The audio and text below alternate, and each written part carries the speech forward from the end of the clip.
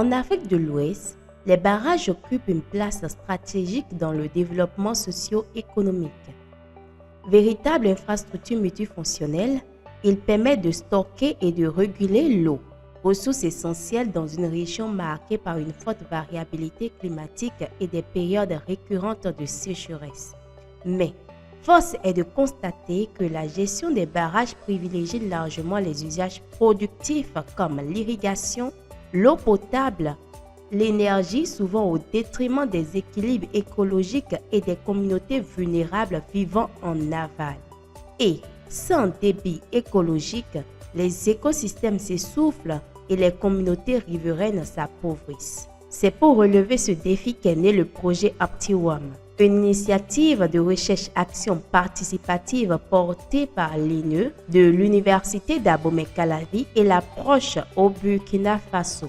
Les problèmes liés à l'eau se retrouvent dans plusieurs secteurs. Et l'un des secteurs clés, c'est l'agriculture. Et nous savons très bien que l'agriculture aujourd'hui est en difficulté. L'eau, en tant qu'entité, source de vie, élément de vie incontournable, aussi est en difficulté. Pour répondre à cet enjeu, plusieurs sites stratégiques ont été au cœur des actions. Les barrages de Bagré au Burkina Faso, d'Okpara et d'Alafiaro au Bénin. Au début, dans notre système de culture maraîchère, ce n'était pas facile. On était vraiment dans des soucis. Et c'était pour arroser, c'était un problème. Et nos cultures étaient influencées par la qualité de l'eau. La qualité de l'eau n'était pas bonne, ce qui agissait sur nos cultures et amenait une baisse de rendement, ce qui nous mettait dans beaucoup de pertes. Voilà. Et on était dedans, on avait aussi des problèmes. Et en saison de mars, en avril, nous avons des problèmes de l'eau. L'eau ne montait pas bien. Les autres qui étaient, il y a d'autres qui en bénéficiaient et il y a d'autres qui n'en bénéficiaient pas. Donc, il y avait le manque de tuyaux. Nous saluons vraiment le projet OptiWOM qui est la bienvenue à Bagré parce que nous avions beaucoup de soucis. Avant, les producteurs, pour arroser leur culture, le maraîchage surtout, il y avait le gaspillage d'eau. Nous, à Bagré, notre barrage est surchargé. Le barrage de Bagré porte à son dos la production d'électricité, porte à son dos l'élevage de poissons à travers les cages flottantes, porte à son dos les pêcheurs qui pêchent l'eau et porte en grande partie de son dos les producteurs agricoles, que ce soit la production du riz, la production de manioc, la production de la tomate, de l'oignon, bien d'autres productions. Donc, il faut dire que le barrage est surchargé. Lancé en juillet 2024, le projet a mobilisé chercheurs, institutions, gestionnaires de barrages, étudiants et communautés locales autour d'une approche collaborative. La vision du projet OptiWOM, c'est de contribuer de manière substantielle à une meilleure gestion des ressources en eau en ce qui concerne l'équité, la durabilité, mais aussi pouvoir intégrer toutes les communautés qui utilisent cette ressource-là pour une meilleure gestion de ces ressources à la fin. Bien sûr, en veillant à ce qu'il n'y ait pas une priorisation des besoins humains par rapport aux besoins de l'écosystème, parce que nous tirons beaucoup de services de ces écosystèmes qui nécessitent en fait que nous puissions les préserver, non seulement pour la génération actuelle, mais aussi pour la génération future. Des groupements de productrices comme Nongtaba à Bagré et Ifetayo à Alafiaro ont été au cœur de cette dynamique inclusive, contribuant à la production de connaissances concrètes et à la démarche s'est articulée autour de 4 piliers complémentaires: partenariat et apprentissage participatif, recherche et plaidoyer, éducation et formation, renforcement des capacités. En novembre 2024, les équipes d'OptiWOM ont entamé une phase cruciale, une immersion totale au cœur des écosystèmes autour des barrages de Bagré au Burkina Faso, d'Okpara et d'Alafiaro au Bénin. L'objectif, mieux comprendre les réalités locales, identifier les contraintes, les pratiques agricoles, les groupes vulnérables et les services écosystémiques essentiels à la vie des communautés autour des barrages. Durant l'enquête, j'étais le superviseur des enquêteurs. Donc, j'étais chargé à tout moment de les préparer avant qu'ils n'aillent au terrain et le soir de venir me faire le bilan. Les enquêtes sur le terrain se sont en général bien passées. Donc, pour les enquêtes terrain, l'outil qui a été utilisé, nous avons utilisé nos smartphones et l'application utilisée c'était CoboCollect. On a utilisé CoboCollect qui déroulait les différentes informations au fur et à mesure que nous sommes avec les producteurs. Grâce à une collaboration étroite avec les autorités locales et les communautés, près de 200 personnes ont été interrogées. Les résultats de l'enquête de terrain sur la productivité de l'eau montrent que les producteurs font face à une pression croissante pour accéder à l'eau, une situation qui fragilise leur système de production. L'étude met en lumière des pratiques agricoles fortement dépendantes des pluies, avec des cultures comme le maïs, le mil et le soja. L'irrigation reste encore limitée, principalement au piment et à la tomate, mais les chiffres sont préoccupants. Une productivité de l'eau très faible, seulement 0,04 kg par mètre cube et à peine 27% des ménages disposant de revenus suffisants. En cause, des techniques peu économes en eau, un recours massif au puisage manuel et un manque critique de formation. Et pourtant, une ambition forte émerge. Plus de 90% des producteurs souhaitent étendre leur superficie irriguée.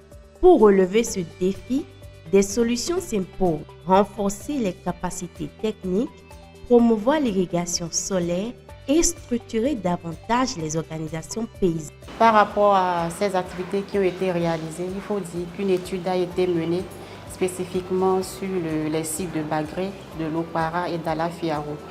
Et l'objectif était d'identifier ici les groupes marginalisés et les écosystèmes les plus touchés. Donc, par rapport à cette activité, nous avons quand même pu constater que les riverains sont quand même impliqués d'une manière ou d'une autre dans la gestion de ces écosystèmes-là. Nous avons identifié un certain nombre d'acteurs, notamment les agriculteurs, les éleveurs, les pêcheurs, les femmes. Et il y a également les groupes minoritaires qui sont également impliqués dans la gestion de ces écosystèmes-là. Les femmes ici principalement jouent un rôle très crucial parce que traditionnellement et culturellement, les femmes sont déjà reconnues comme étant celles qui font la corvée d'eau en famille. Donc, elles sont impliquées dans la gestion des corvées d'eau et cela concerne l'usage domestique. Ce qu'il faut relever ici, c'est qu'elles ne sont pas impliquées totalement dans les comités de gestion qui ont été mis en œuvre. Donc cela est un défi que le programme ici va essayer de résorber en travaillant avec ces coopératives qui ont été mises en place dans la gestion de ces écosystèmes-là pour que les femmes soient de plus en plus impliquées et qu'elles puissent jouer quand même un rôle crucial dans ces comités de gestion qui ont été mis en place. Les services écosystémiques, en particulier hydriques, sont au cœur du bien-être des populations. Une évaluation menée sur les sites de Bagré, Okbara et Alafiaro révèle que les services jugés les plus essentiels sont l'habitat pour la biodiversité et l'accès à l'eau potable. Mais les équilibres évoluent. Plus de 2/3 des populations observent des changements depuis la mise en place des barrages, à la fois positifs et négatifs. Les effets positifs concernent principalement l'agriculture et l'irrigation, la qualité de l'eau, la pêche et les débits.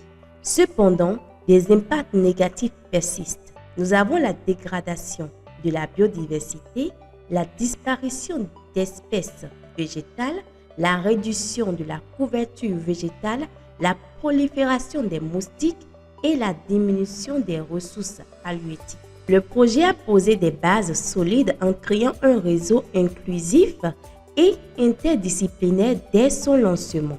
Un consortium de 5 organisations couvrant 2 pays a réuni des expertises variées en hydrologie, agriculture, écologie, technologie et sciences sociales. Les acquis sont significatifs. La moitié de l'équipe est composée de femmes et plus de 80% sont de jeunes professionnels en début de carrière. Sur le terrain, l'inclusivité s'est concrétisée également par des traductions en langue locale afin de permettre à tous les acteurs, notamment les communautés, de s'exprimer pleinement. Et en ce qui concerne ici l'approche pluridisciplinaire qui a été adoptée dans le cadre de cette étude-là, il faut dire que c'est quand même très important, très crucial. Pourquoi? Parce que ce n'est pas simplement vu ici comme étant une plus-value. Dans la deuxième année, la collaboration s'est renforcée. La co-supervision des étudiants entre les différents partenaires a permis un véritable apprentissage conjoint. Les réunions régulières du projet et les visites sur site impliquant étroitement les partenaires de terrain ont consolidé cette dynamique. Un temps fort de cette année a été l'atelier co-organisé avec 2 autres projets financés par le WDPP, Water Pipcan et OSWAP au sol. Organisé simultanément au Bénin et au Burkina Faso les 12 et 13 mars 2025, cet atelier avait plusieurs objectifs. Renforcer le réseautage entre les parties prenantes, partager les expériences et les résultats préliminaires des 3 projets, évaluer comment mettre les données satellitaires à la portée des petits exploitants, réfléchir ensemble à des approches de plaidoyer efficaces et surtout discuter des solutions pour garantir un écosystème permanent en aval des barrages. Je remercie le projet OptiWAS pour nous avoir appliqués dans ces activités. Passé au lancement, le coordinateur nous a impliqués. Encore, à mi-parcours des activités, le coordinateur nous appelle. Voilà un 3e appel avec le coordinateur. C'était au lancement de l'atelier du projet OptiWAM et j'ai eu la chance de participer à plusieurs recherches aussi en matière du projet. Et j'ai eu la chance de collecter dans mon milieu au niveau du barrage d'Alafiarou les données sur le terrain et aussi de faire des dénombrements des espèces végétales qui sont en aval et en amont dans l'alentour du barrage. Et aussi, j'ai eu à accompagner des étudiants sur le terrain pour des recherches. Voilà un peu, et je suis très contente du fait que j'ai été inclus et mon rôle de femme a été aussi un peu dans ce projet. Le deuxième volet du projet s'est concentré sur la production de connaissances scientifiques appliquées en réponse aux défis de gestion durable de l'eau et des écosystèmes. Plusieurs travaux de recherche ont été menés couvrant des dimensions complémentaires: productivité de l'eau et des sols, fonctionnement des infrastructures hydrauliques, qualité des ressources en eau et préservation des écosystèmes. Dans le cadre de OptiWAM, nous avons travaillé sur la productivité de l'eau au niveau donc, du barrage de Bagré. Alors il faut dire que Bagré, de prime abord, est un barrage hydroélectrique donc, qui sert non seulement pour l'agriculture, donc l'irrigation, mais aussi pour la production de l'hydroélectricité. Et il faut dire qu'il y a une compétition vis-à-vis donc, de ces 2 facteurs-là sur les ressources en eau. Parce qu'à un certain moment, lorsque le barrage donc, atteint un certain niveau critique, la productivité donc, hydroélectrique est mise donc, à côté pour donc, prévaloir la productivité donc, en termes de l'agriculture. Parce que vous n'êtes pas sans ignorer qu'il faut manger donc, pour profiter de l'électricité. Et donc ici, il y a une compétition sur les ressources en eau du barrage, faisant de telle sorte qu'il n'y a pas vraiment de lâcher pour donc, les différents écosystèmes qui sont en aval. De ce fait, l'idée dans le projet OptiWAM, c'est de permettre qu'on puisse déjà évaluer la productivité de l'eau, non seulement au niveau du périmètre irrigué du barrage de Bagré, mais aussi d'évaluer comment on pourrait donc utiliser donc, le surplus, si on arrive à optimiser la productivité, utiliser ce surplus-là pour laisser passer des débits écologiques au niveau donc, de l'aval. Et dans ce sens, nous avons donc fait des travaux, on a envoyé des gens sur le terrain qui ont pu capitaliser des données ça et là pour les utiliser et évaluer la productivité de l'eau, non seulement en termes des j'allais dire, variétés qui sont utilisées dans l'agriculture là-bas, mais aussi en termes donc aussi des pratiques culturelles qui existent ça et là. Alors, nous avons aussi utilisé les données ouvertes. Je pense aussi aux images satellitaires qui existent et qui nous offrent la possibilité de pouvoir évaluer la productivité de l'eau et de les comparer donc avec d'autres sources de données qui existent. Et c'est en cela que nous avons pu trouver des résultats assez intéressants qui permettent donc aux gestionnaires du barrage de Bagré de pouvoir donc changer notamment les différentes mauvaises pratiques qui existaient afin donc de mieux capitaliser cette ressource-là et de la mettre à disposition de tous les autres acteurs qui existent et qui utilisent l'eau au niveau du barrage de Bagré.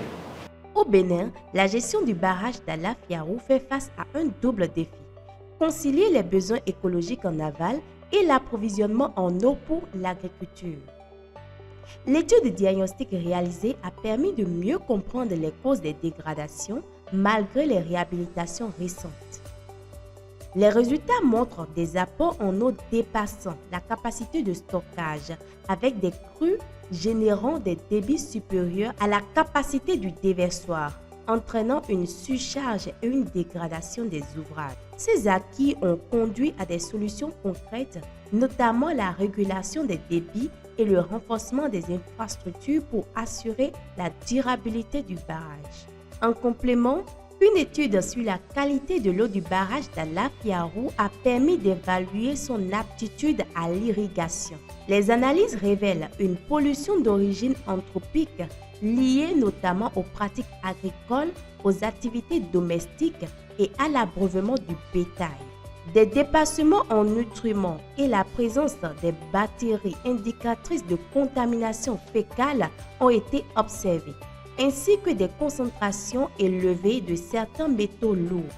Malgré ces risques, certains indicateurs montrent que l'eau reste globalement utilisable pour l'irrigation sous réserve d'un suivi et de mesures de gestion appropriées. Une autre recherche s'est concentrée sur le suivi et la prévision des débits écologiques au niveau du barrage de l'Okpara. L'objectif est de soutenir une gestion équilibrée de l'eau, conciliant les besoins humains et la préservation des écosystèmes aquatiques. Les résultats mettent en évidence la nécessité d'une gestion saisonnière différenciée avec des phases d'étiage, de transition et de crue écologique. Le modèle hydrologique développé montre une performance robuste et permet de générer des prévisions fiables. Ces travaux ont conduit au développement de l'outil EFM. J'ai eu à développer un outil EFM, Ecological Flow Monitoring, qui est un outil qui permettra essentiellement aux gestionnaires de barrages de mieux planifier les lâchers à l'aval. Cet outil est composé de deux modules essentiels. Un premier module pour l'évaluation des débits écologiques qui s'appuie sur des méthodes hydrologiques et hydrauliques assez éprouvées.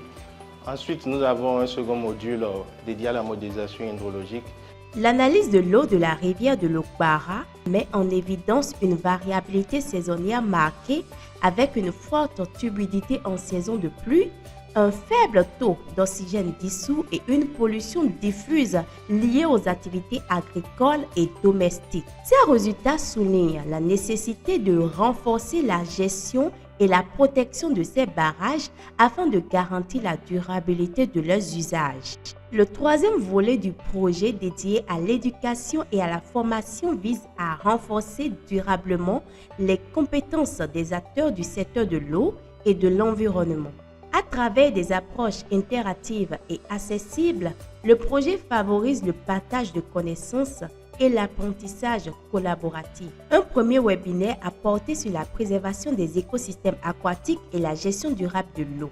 3 sessions clés ont été développées: les débits environnementaux et les services écosystémiques, les méthodes d'évaluation et une application pratique de l'outil EFM. Les écosystèmes, en réalité, c'est l'ensemble de l'environnement qui nous entoure et qui pourvoit en fait des services auxquels nous humains nous accédons. Les arbres, par exemple, nous permettent d'avoir des fruits. Ces fruits-là, peut-être qu'on dit comme étant un service écosystémique. Les arbres permettent de purifier l'environnement, donc ça nous permet de pouvoir avoir de l'air pur pour pouvoir respirer.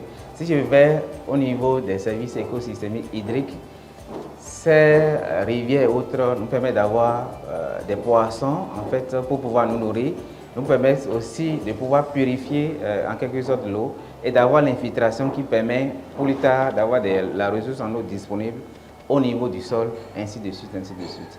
Principalement en ce qui concerne les débits écologiques, ils permettent à ce que les écosystèmes qui se trouvent en aval des barrages qui sont considérés puissent continuer à fournir ces mêmes services malgré le fait qu'on ait anthropisé en fait, le cours d'eau, c'est-à-dire réaliser des ouvrages qui permettent de retenir ces eaux-là pour pouvoir satisfaire aux besoins des populations, mais en même temps aussi permettre à ce que ceux qui sont en aval puissent profiter de ces services écosystémiques.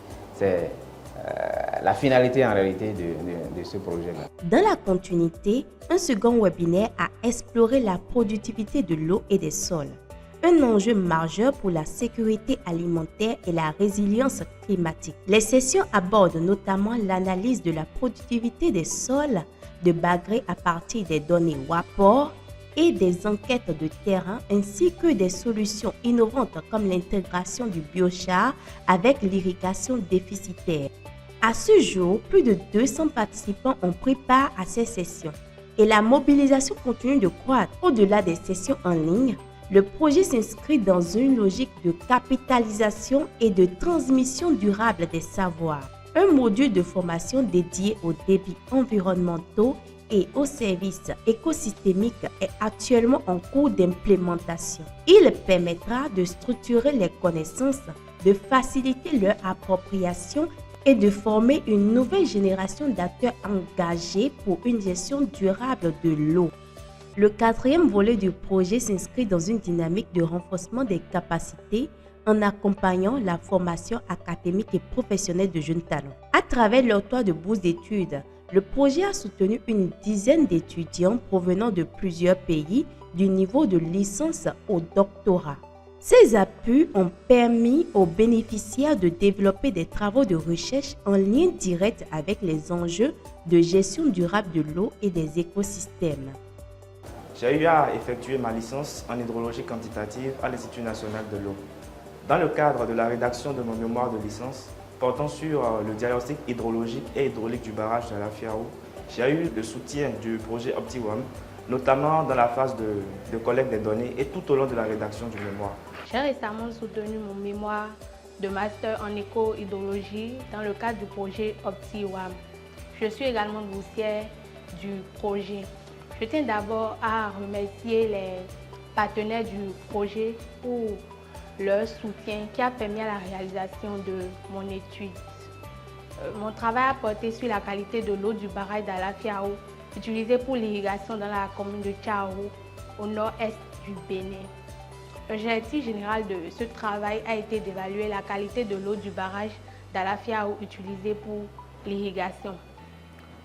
Nos résultats ont montré que l'eau de ce barrage est globalement peut être utilisée pour l'irrigation. Toutefois, certaines sources de pollution liées aux activités humaines telles que la lessive, la vaisselle, l'abreuvement des bétails et l'utilisation des engrais ont été identifiées et peuvent poser des risques pour les cultures, les sols et également la santé de la population. Un suivi régulier est donc nécessaire pour garantir une gestion durable de la ressource en eau. J'ai été financé par le projet OptiWAM et ma participation à ce projet est le développement d'un outil d'évaluation, de suivi et de prévision des débits écologiques sur le barrage de l'Opara. Cet outil est un outil qui va beaucoup apporter, surtout aux gestionnaires de barrages qui ont souvent de difficultés à planifier les lâchers.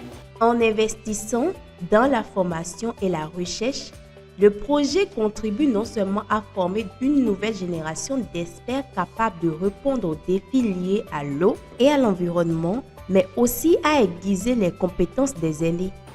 J'ai été impliqué dans le projet OptiWAM le projet au travers duquel nous avons vraiment remarqué des changements dans la façon dont nous voyons l'utilisation des débits écologiques.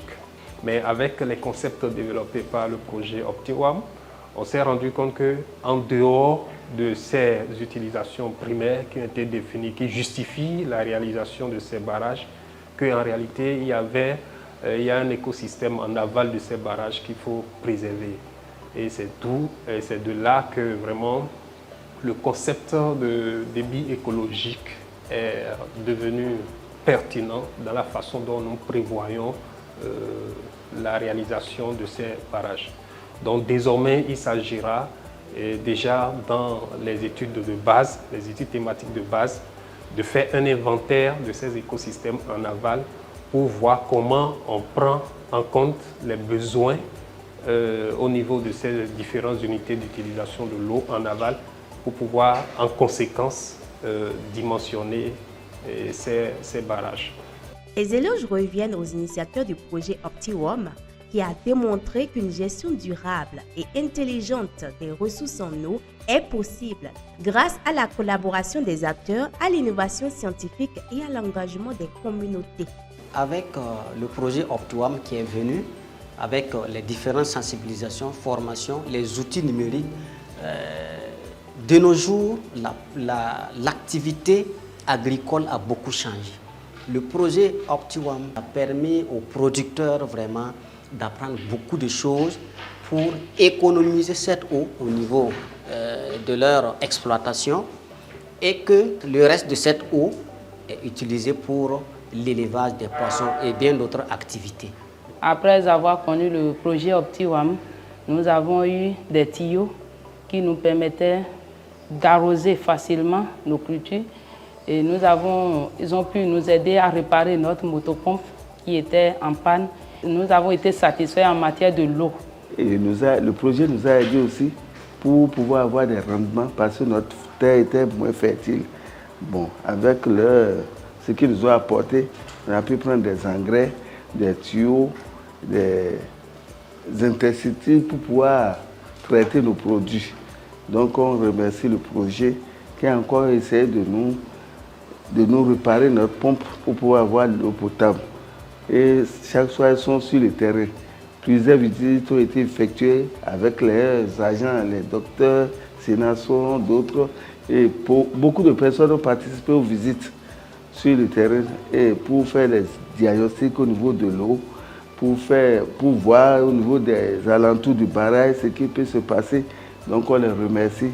Nos sincères gratitudes vont également aux bailleurs et partenaires techniques et financiers qui n'ont ménagé aucun effort pour accompagner et soutenir la mise en œuvre de ce projet.